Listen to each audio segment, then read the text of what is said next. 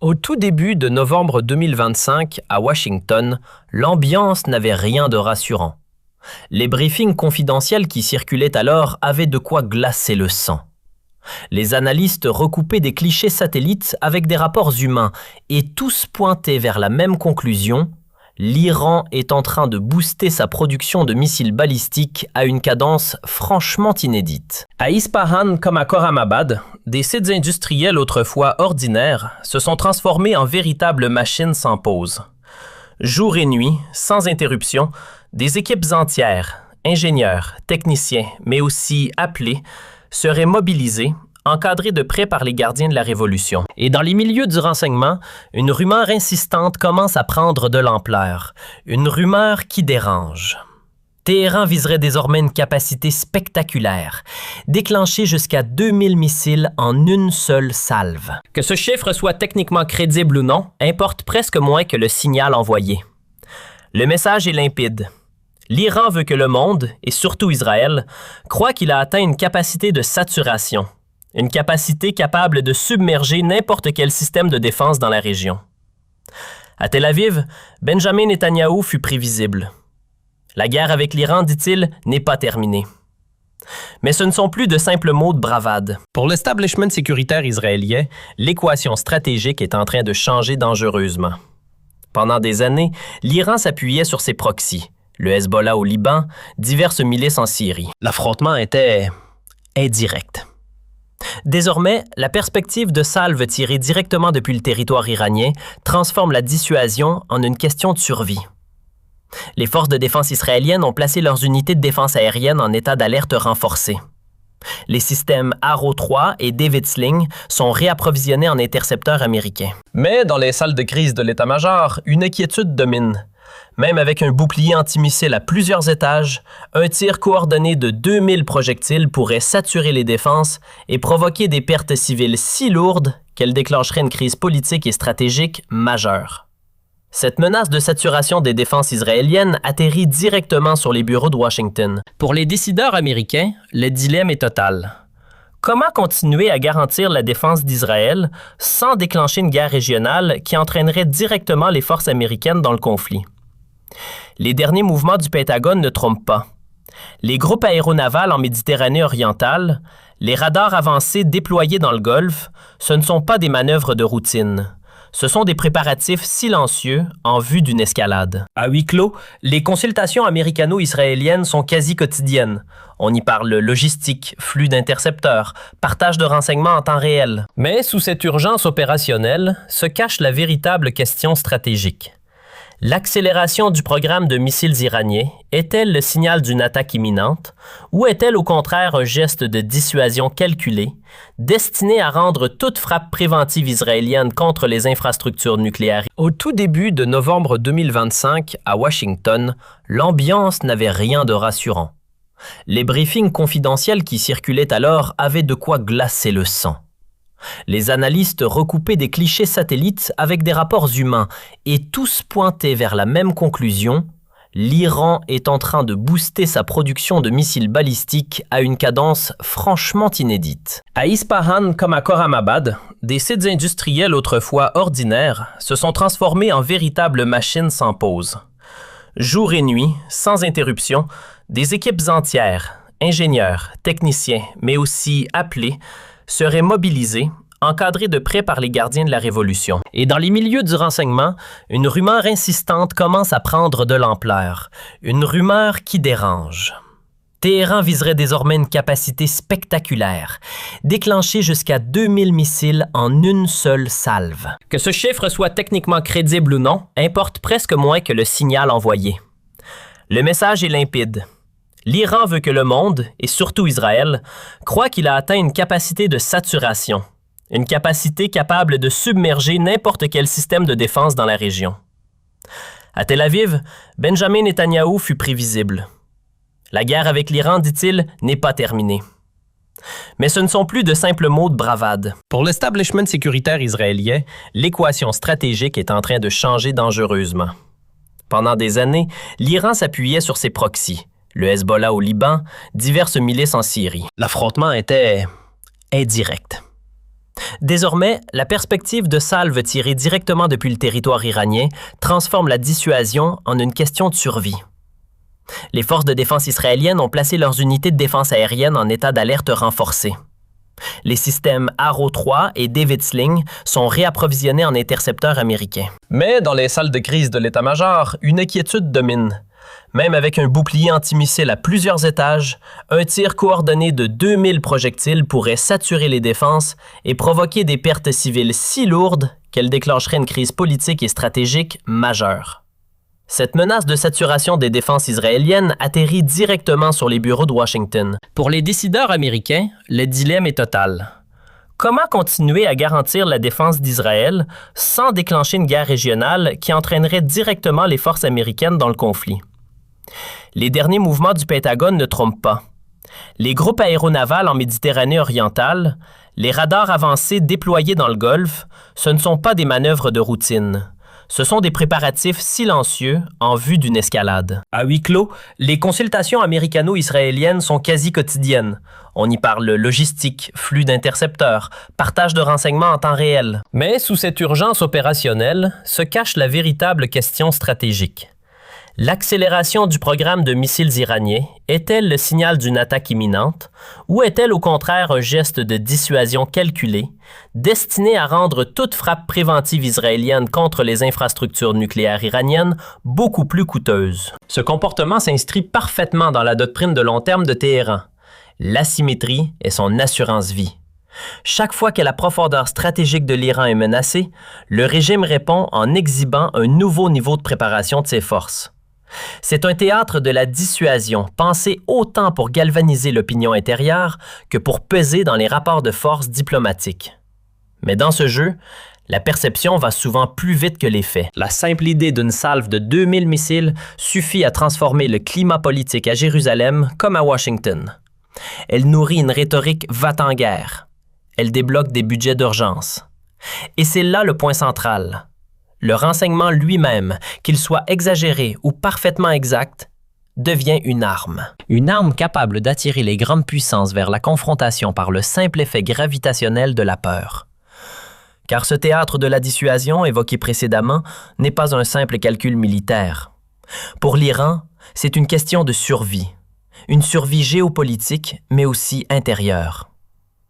Depuis 2018 et le retrait américain de l'accord sur le nucléaire, le pays est pris dans un étau économique. Sanctions sur ses exportations d'énergie, accès bloqué au système financier international et un mécontentement social croissant.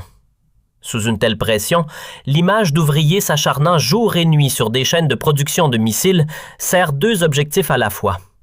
Premièrement, vers l'extérieur, c'est un message de défi. Deuxièmement, vers l'intérieur, c'est un récit d'unité nationale, un discours simple et efficace martelé par les gardiens de la Révolution.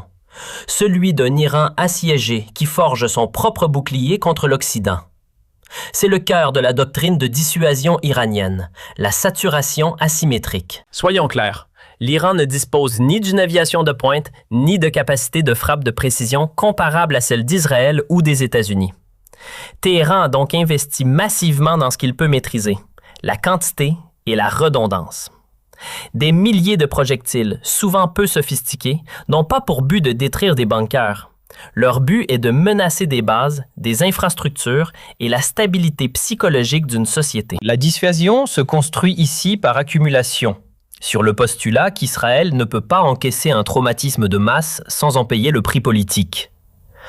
En mettant en scène ces hausses de production, Téhéran cherche à faire comprendre que toute attaque sur son territoire déclencherait une riposte régionale incontrôlable. Ce n'est plus la vieille destruction mutuelle assurée de la guerre froide. C'est un nouveau pacte d'insécurité mutuelle. Israël, de son côté, lit ces signaux à travers le prisme de son histoire.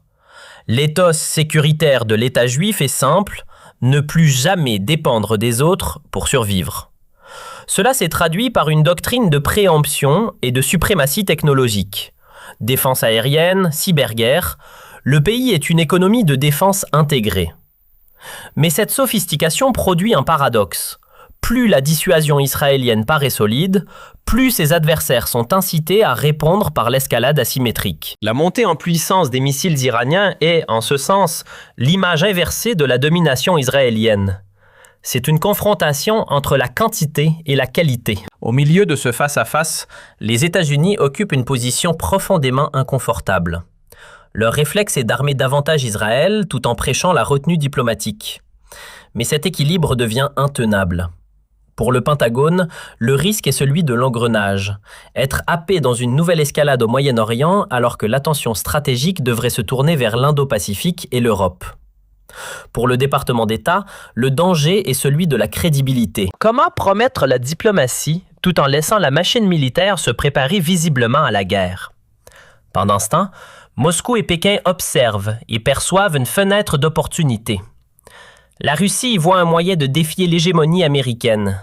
La Chine y analyse sa sécurité énergétique et la compétition systémique avec Washington. Ainsi, ce qui n'était qu'une fuite de renseignements sur des missiles se transforme en une équation stratégique globale. Chaque acteur interprète le même signal à travers ses propres peurs. La peur de l'anéantissement côté israélien, la peur de la subjugation côté iranien, la peur de perdre le contrôle côté américain. C'est ce triangle de la peur, plus que toute idéologie, qui pousse aujourd'hui la région vers une nouvelle épreuve de force. Revenons au paradoxe de Washington. Garantir la survie d'Israël tout en évitant la conflagration régionale. L'engagement américain se déploie en 3 couches distinctes. La première couche est visible, l'assistance défensive. Washington a accéléré les livraisons d'intercepteurs pour tous les systèmes multicouches d'Israël.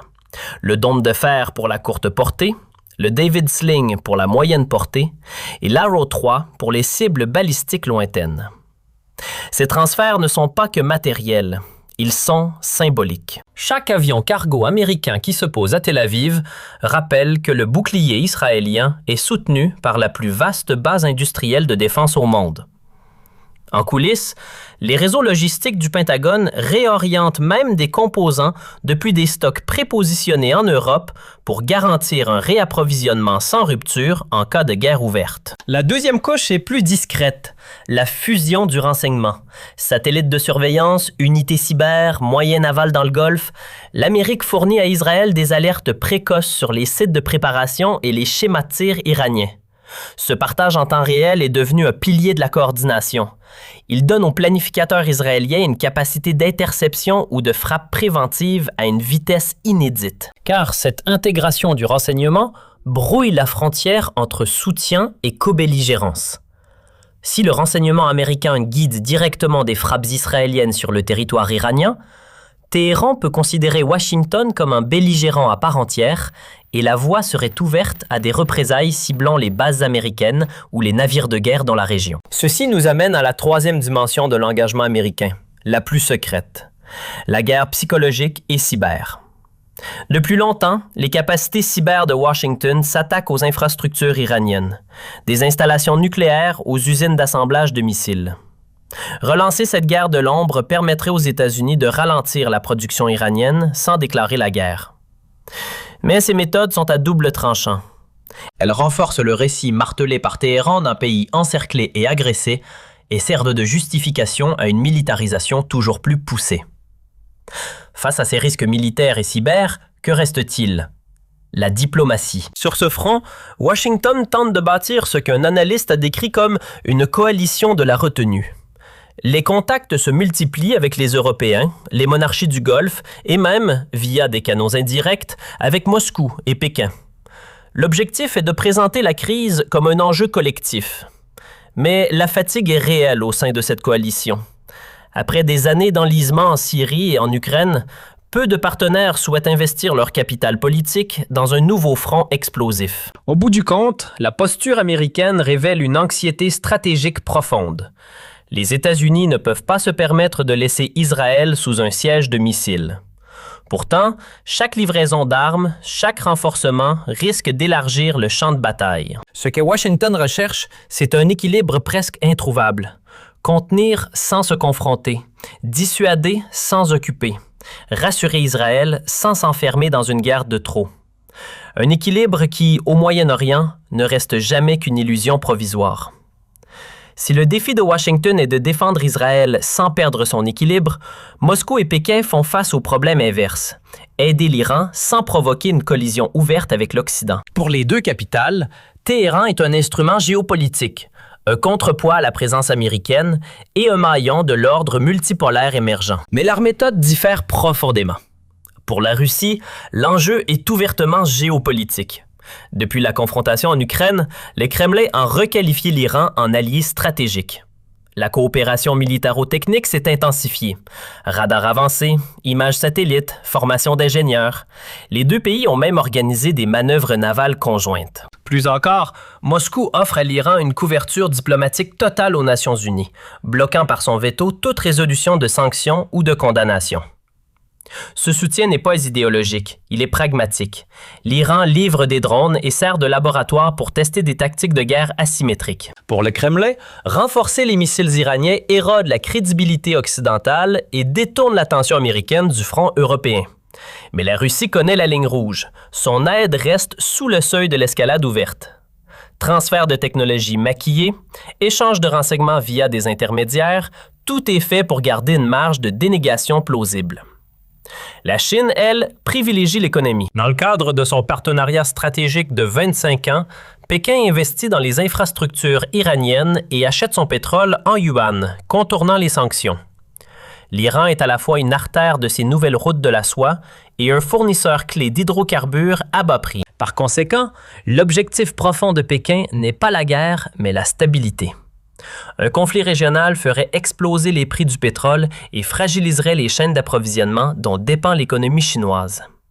Pékin avance donc sur deux jambes. D'un côté, il maintient l'économie iranienne suffisamment à flot pour résister à la pression. De l'autre, il pousse discrètement à la retenue et se positionne en médiateur, grignotant les systèmes d'alliance construits par Washington. Ensemble, la Russie et la Chine façonnent pour Téhéran un nouvel axe d'endurance stratégique. Leur but n'est pas d'affronter directement les États-Unis. Leur but est de saper petit à petit le monopole américain sur l'usage de la contrainte. Chaque missile produit en Iran, chaque radar réglé par un technicien russe, chaque pétrolier acheté par la Chine en dehors des circuits occidentaux, ce sont les fragments d'un projet plus vaste, la normalisation graduelle d'un Moyen-Orient post-américain. Pour Washington et Jérusalem, cette évolution complique tous les calculs. Les sanctions perdent leur mordant, la dissuasion devient plus floue. La montée en puissance des missiles iraniens n'est donc pas seulement une menace régionale, elle matérialise un basculement systémique. La crise actuelle est donc un test de résistance pour l'ordre international. Si l'accélération du programme de missiles iraniens se confirme, le Moyen-Orient fait face à 3 trajectoires possibles. Scénario 1. L'escalade contrôlée. C'est l'issue la plus probable à court terme. Les deux camps continuent de se provoquer sans franchir le seuil de la guerre totale. Israël mène des frappes préventives limitées. Téhéran répond indirectement via ses proxys, Hezbollah, milice en Irak. Les États-Unis fournissent des intercepteurs et renforcent la dissuasion.